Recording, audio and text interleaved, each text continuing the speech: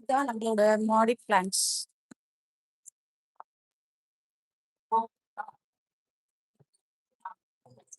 இதுல ஒரே ஒரு பூ மட்டும் வந்திருக்கு.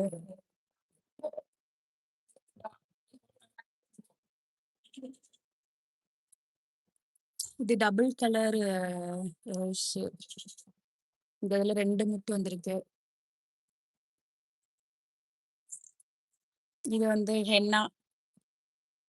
இது வந்து பன்னீர் ரோஸ். இது வந்து அதுலயே வந்து வாட்டர் மிலன். இது வந்து பட்டன் பேபி, அந்த பேபி கார்ன் ரோஸ்ன்னு சொல்லுவாங்க. இது வந்து